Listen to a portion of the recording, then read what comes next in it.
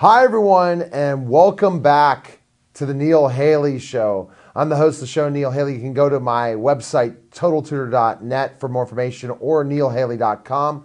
Twitter, Total Tutor, Neil S. Haley. Facebook, LinkedIn, Neil Haley. Instagram, Total Tutor. Pinterest, Neil Haley. And Google Plus, and also on Periscope at Total Tutor. We're waiting for our guest to call on the line, but I do have my co-host as the filler, Peter Elvidge. Peter, thanks for calling, and I wanted to chat a few things with you before our next guest will be calling in. We're going to be going from 9 to 11, 8 guests, and I wanted to hear how things are going with you. I know that you've launched a new network and things are going really well for you. Tell us about that, Peter. Yeah, so we've launched the Perseverance Network, and that's on YouTube, it's on Twitter, it's soon to be on Facebook, it's also soon to be on SoundCloud. Doing fantastic. People are seeing views, they're seeing, for instance, we're hosting the Total Celebrity Show, Celebrity Interviews, which are getting awesome responses, and it's continuing to grow. And the fun thing about it is that I can host awesome content as well as get an awesome message out there about perseverance and inspiration and motivation and education. So it's definitely been awesome.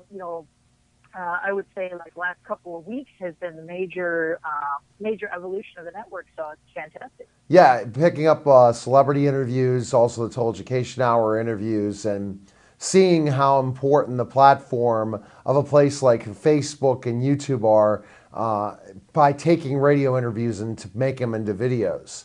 Very attractive. People can listen, and a lot of people just love the video for sure. So you have a lineup every day of different programming then, correct?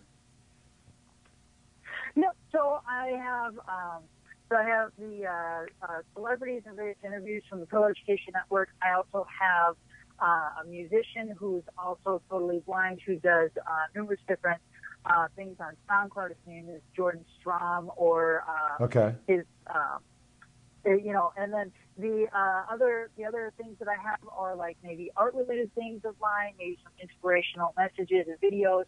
And the fun thing is that soon I might be having my first celebrity musician on my network. So that is an interesting and very exciting thing coming up. I can't say too much yet, but it's definitely in the works, and great for them to be released very soon. So let's talk about the one that you have. You play his music and stuff. Tell us a little about this guy that you are playing on a regular basis and with music and stuff. Yeah, so his name's Jordan Strauss. So basically, despite his blindness, he does music and music therapy, and he makes his own tracks and his own sounds from various different aspects of normal day sounds, drumming, all these different things. And he's going into implementing the sorry, I lost my train of thought. He's going into implementing his music into both an educational standpoint as well as a side standpoint for enjoyment purposes. And the fun thing is because what I'm hoping to do is with the releases of his music, I hope to show how he makes the music, because I think that's a really interesting factor because of what he uses. There's a lot of various different pieces of technology that a lot of people don't know about, or they do know about, but they don't understand how they work. And I think that'd be a fantastic thing moving forward for a lot of people, who want to learn about blindness and visual impairments, or maybe want to learn about a device that might be, accessible or usable for their own students or for their own kids, or maybe for an adult or friend. And what I think it brings to the table is that you're providing a platform for a variety of genres, and you have a lot of hours of programming to fill and opportunities and a place for them to get some presence, and that's why you're looking for different artists and different things and bringing the music to the table. The interesting thing is, since you've been putting the celebrity interviews up, it's another platform with your audience on Facebook, your audience on YouTube, to hear what's going on with some certain celebrities and things like that, Peter, right? Yeah, so there's been a lot of response to the celebrity interviews and seeing the various different networks that people are on. People are responding, people are commenting, favoriting, retweeting, all of this awesome stuff because they're seeing, very notable celebrities that they know and maybe some that they don't that are new to them. And it's both a fun experience, not only for the sake of educational life, because you may learn about someone or may learn something about someone you didn't know, or, from an entertainment standpoint of, maybe hearing or seeing a celebrity that you happen to know from a particular movie or particular TV show. I've definitely had the experience right.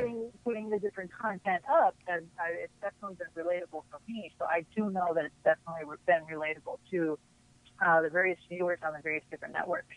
And that's great. That's great. And what particularly happens, and you're seeing on Facebook, is that Facebook really likes to see good content. They're looking out for really interesting stuff, and then it takes off. It seems like that Facebook will allow it to be shared more, allow it to have more airplay, right, and opportunity for people to see it. Because I think that was the difference between, let's say, any celebrity interview versus our particular ones is that we're doing some extra tasks to make sure, that the celebrity knows that they're being promoted, to let the audience know. Correct.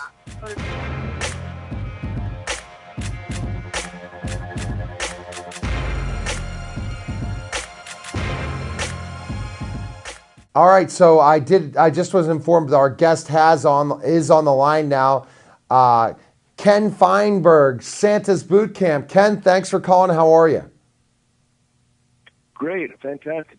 Thanks for having me on the show. Absolutely, Ken. So tell me again, it's getting close to this time, Christmas and everything. So tell me a little bit about what's going on with Santa's Boot Camp and the movie and stuff. Well, I'm very happy to announce that Santa's Boot Camp gets released on November the 15th through Sony Pictures Home Entertainment, and you can get that everywhere on November the 15th. Fantastic. And I'll tell you a little about the movie. Yeah, tell us about the movie. Well, Santa's Boot Camp is a story about an elf strike and some teenagers that have to clean up a mess made by kids around the world.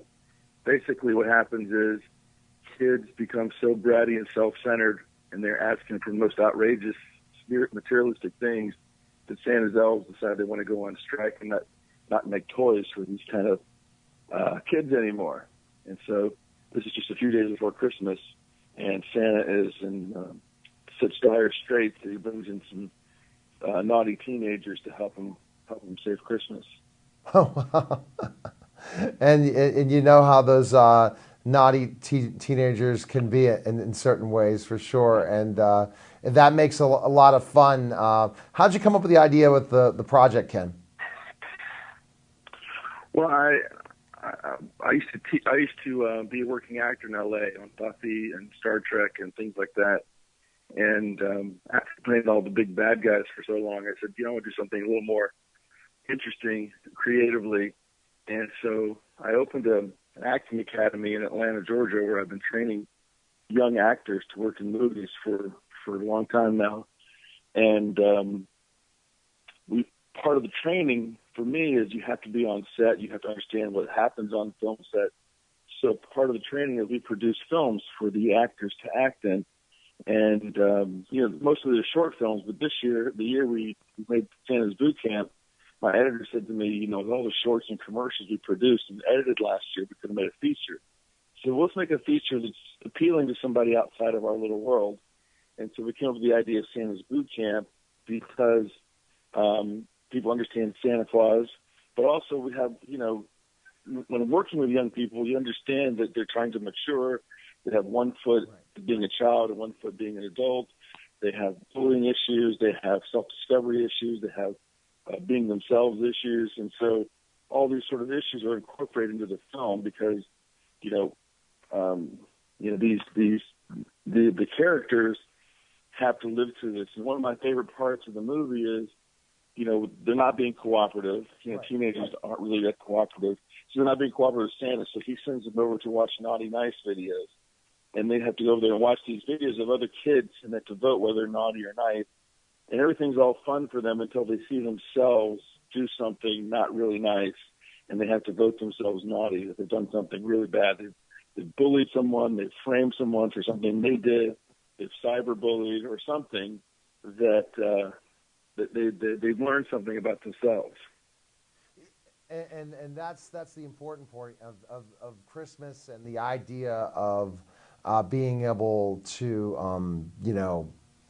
have that story, right, Ken? Have that story go out to the masses that understand what the true meaning of Christmas is, and that to remember about it, right? Not to really just goof off. And these kids really learn their lesson, don't they? Yeah. They kind of see it as a bigger picture than their own world. Whatever's happening with me right in this moment, there's more to life than what's happening in the world. There's a bigger world than just whatever I'm doing. And my 6-year-old daughter said to me, "Hey, Dad, I know what your movie's about." I go, "You do? What's it about?" He goes, "It teaches kids to be nicer to each other." And I said, "Yeah, I'll take that." I said, "Yeah, it kind of does do that because it kind of makes you have an understanding of how you affect other people, And one of the reasons why we chose Santa Claus is because he's like a symbol for forgiving and unconditional love. And so when you deal with Santa Claus, like you're dealing with that side of you that wants to cooperate and help other people, as opposed to take from other people to make your world better. If that makes sense. It definitely makes sense in so many ways, for sure, Ken. And I think that's a fabulous thing. Peter, any questions for Ken? Yeah, actually, so I was curious. So I've had the experience of being a movie reviewer, and I was curious from a movie reviewer standpoint, because I've seen so many different Christmas-oriented movies. Like for yours, not only for myself and for the audience, what's the differentiating factor that people should see your movie in a different light, despite kind of grouping them together with other Christmas movies. Like, what's the uniqueness factor or quality that you guys were trying to project that's different from what has been previously made in the past? Well, first of all, I think this is a film that the entire family can watch together, whether you're kids, teenagers, adults, grandparents. It's something that everyone can see, and there's something in that for everybody.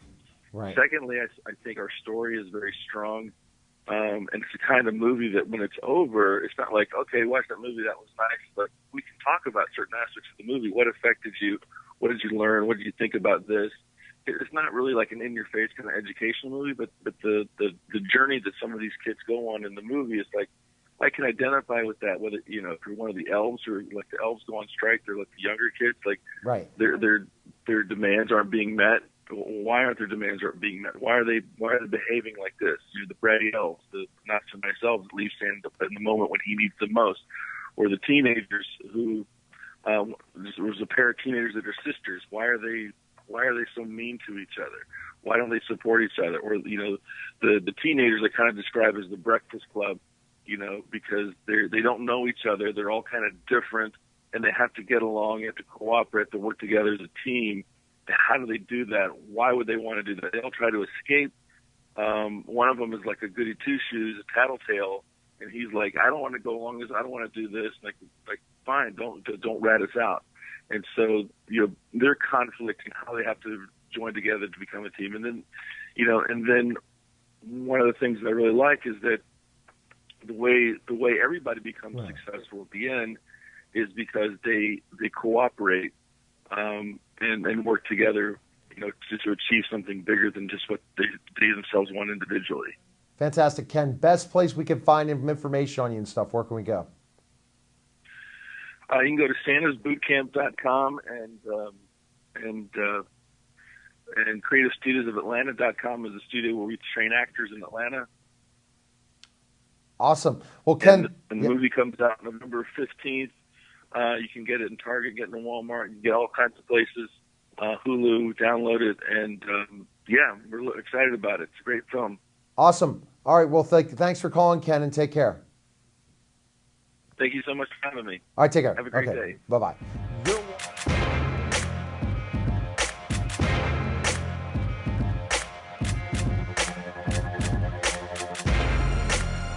And I'm excited that we do have our next guest on the line, but I do have my co-host, Peter Elovich.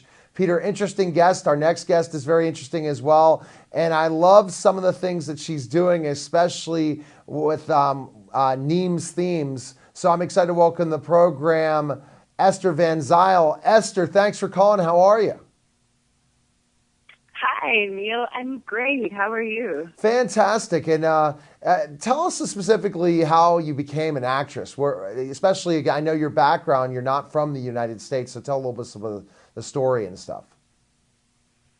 Sure, yeah. So I'm from South Africa originally. I know it doesn't sound very much like it. Yeah. I'm sort of in the process of becoming Americanized. But I started acting at a very young age. I said my first poem at like a little local competition when I was 6 years old. And ever since then, it's just been school plays, and that rolled into university. I did my bachelor's in acting in South Africa. And straight after that, I came over here to study acting for film, because there's just, I think we're like 20 years or so behind America when it comes to filmmaking and movies. And that's sad to me. I want South Africa to get to where we are here with that, but they're just not yet. So not I'm there here. Yeah. This is where you can work for sure, and all that. And and latest projects. I think first we'll go with again Neem's themes, and I love them because I think they really speak to specific areas. And I told Neem this. I said, that I think a meme and Neem don't shoot as well in certain ways, the way that these videos are presented and stuff. Yeah, absolutely. It's definitely tuning into that whole popular media thing right now, and everything that's going on Facebook, everything that's trending that people find funny, and that becomes sort of a part of everybody's day. If you just sit and scroll through Facebook, Neem's theme sort of forms part of that tapestry of what we're all watching, what we're all consuming today, just on the run. So yeah, I think it's great and fun, and it's really smart, and it's so much fun to make them and to be a part of the cast, and to see what Neem has for us next. Every time he sends out a script, he's like, "Oh, family, we're doing our next little Neem's theme." It's really, really exciting, and it's a lot of fun. So is it great to? It seems like the cast gets along really well. And that's what it sounds like. Hey, family, and what? Yeah, tell us that. Oh my goodness, yeah, no, it's so great. Neem's so awesome about that. He wants everyone to feel like they have a stake in the project, and he places a huge focus on the shoot day, of just creating a fun environment. Once we shot out in where is it? Well, New Jersey. Yes, we were all out in New Jersey, and we were at a house, and we had like a barbecue halfway through the shoot. It's just a really fun place to be, and everyone's like building each other up, and it's all positive, and we're all just pouring positive energy into it, and that's how I know it's going to become even bigger. I think it's already doing so. Yeah, it's doing so well on Facebook, and I got to give a shout out to Neem about the tip he told me about. Don't post YouTube on Facebook. Post just videos straight to Facebook, because my stuff is starting to take off. Just putting some of the radio celebrity interviews on my Facebook page. So again, a shout out to Neem giving me that social media tip. When I'm the expert on Twitter, I'm learning more and more about Facebook. But tell us some of these videos, because I think they're so funny. Like some of the themes and some of them that he's created so far, and what part you've played in Sure. some of them. Yeah. Well, that's the thing. We all play sort of different parts every time. It's kind of like American Horror Story and Yeah, those new yeah. TV shows with like recycled casts, you know. So every time we get a script, we sort of see who we're going to play, and the parts that I've done so far, I think the most standout one was for an episode called "When a Man Texts a Woman," Yes. which was about. This crazy friend, or you know Jordan Galper. She's Yes, a wonderful yes. actress. Jordan's awesome. So she and I are in this one with Stephanie Foltz, who plays the third friend. There's this group of three friends. This one girl gets a text from her potential boyfriend, and then the whole episode kind of looks at how girls overanalyze and Yes. overthink texts from men, and then it kind of snaps between the girls having their conversation and the guys kind of looking at their side, and they just, you know, they send off the first thing that makes sense, and they don't think about it at all, and girls go into it and over it and under it and through it, and I think that really speaks to how it really is. I mean, there wasn't much acting needed. We all understood the, the sort of mental process. No. I think what's funny about that video is the fact that you just don't know how when guys, you know, sometimes text things, you have to. Mm-hmm. What do they really mean by this? And that's the funny thing about it is it really speaks to millennials, but it also speaks to anyone that's involved in technology and in communication when we're not talking to each other on the phone and we don't know really what we're saying in a text. It's sometimes we can misconstrue things a lot, can't we, through text messaging? So you're so right. You're absolutely right, and it drives me insane too. But you're missing so many dimensions of communication over text. You can't see, you don't know how the person's saying it, you don't know what they really mean, you know? So it is quite relevant in that sense. It's funny, but it has sort of a serious undertone, which I like about a lot of the stuff that Meme's doing. Like, it's silly and it's fun, and Right. it's kind of things that we poke fun at, but the things that we poke fun at are usually rooted in something more serious in society that is kind of a problem, you know? Right. And we make light of it and find humor in it, but it does deliver significant social commentary, I think. It definitely does. And, okay, your other project is involving, tell us a little bit about that. I think that's the Bon thing, right? Correct? Am I on the right, correct? Yes, the Bon thing. So, it's called Make It, and it's produced by Bon Networks, which is the same network that does the Ask Bon show and a bunch of new TV shows that Bon Gruder is producing. Right. And I started working on the Ask Bon show sort of behind the scenes, like hosting their sort of behind the scenes on set while they were shooting. And Bonnie, the amazing host of the Bon show, she saw me and some of the other young girls kind of hanging around. We were wearing these T-shirts and we called ourselves the Bon Girls. And then they came up with this whole thing. They were going to make a TV show for us. And the show is called Make It, and it follows 12 actresses, models, creatives who are busy making it in New York. So we're in the process, we're in the hustle, in the grind, in quotation marks, and just to sort of take the lid off what that life is like, what Exactly. we do day to day. And what you see, Esther, in that day-to-day life is you just never know what calling you're going to have, what opportunity, what gig, what thing you're going to try to get casted in. You just got to keep going out there, especially in the New York City area, right? There's so many opportunities, yet there's so many people. Oh yeah, and it's so uncontrollable, you know. And I think that's what drives most actors nuts a little bit, you know. If you want to control your career, you're going to go crazy. And I have several times, you know. You think yourself and spin yourself into a little washing machine, and then you need to go on a hiatus and go upstate to Cold Springs to breathe for a little bit, you know.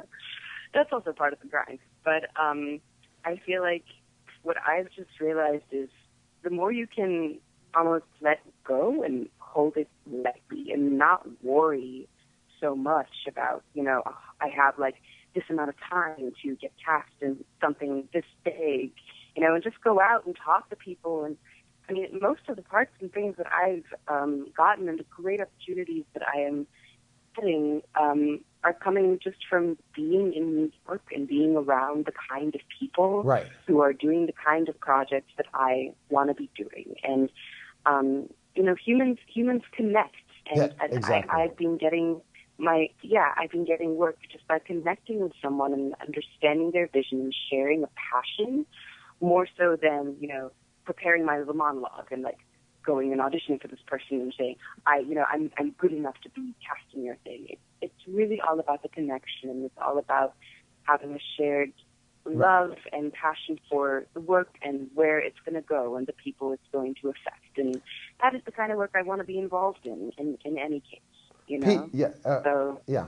Peter, do you have a question for Esther? Yeah, so I was just curious, what would you say is the role that kind of put you off your game? Like you needed to do a little bit more research or a little bit more work to get into the swing of the part. The mindset. Yeah. So I would say sort of the biggest thing that I've done so far, or biggest, like the thing that has carried the most weight and is the most meaningful, and it's currently in post-production, is a film called Life After Her. And it was filmed just after I graduated from film school last year with the director who I met there. And we wrote the project together. Oh, wow. And I was in pre-production. It sort of gathered steam, and we got another writer on board, just sort of a more experienced acting coach of mine, Anna Maria Ciampulli. And she helped us bring the project to the right people. And eventually we got an amazing producer who is a producer from Hulu, Melvin James, on board. And we flew up a crew from Brazil, really amazing camera people. So this became this really big project. And it's about a young Catholic girl who is in the unfortunate position of having lost her mother years previously. She's being raised by a very religious, oppressive father. Mm-hmm. And her best friend in the whole wide world passes away unexpectedly. The film opens at her best friend's funeral. And this girl is just in the worst possible state you can imagine, emotionally and in life. She's going through puberty. She doesn't have a clue what's going on. Oh my gosh. And now she's Esther, I'm sorry we do have to interrupt because we are going to have to close it. Best place we can find information on you, Esther, and stuff. Where can we go? Where can we find information on you, Esther? Where's the best place? My stuff? Mm-hmm. Facebook is good. I'm on Facebook. I am on IMDb, but all my stuff is on my website called EstherVanZyl.com. All right, Esther, thanks for calling, and take care. Thank you. All right. That was so much. You're welcome. That was the Neil Haley Show. Take care, guys, and we'll see you next week.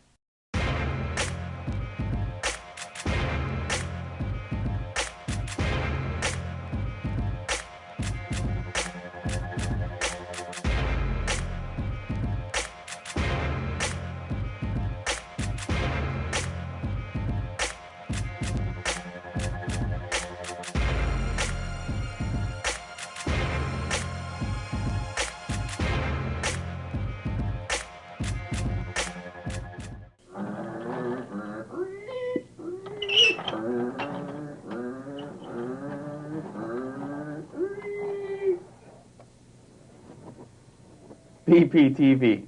Come volunteer. If it wasn't fun, I wouldn't be here.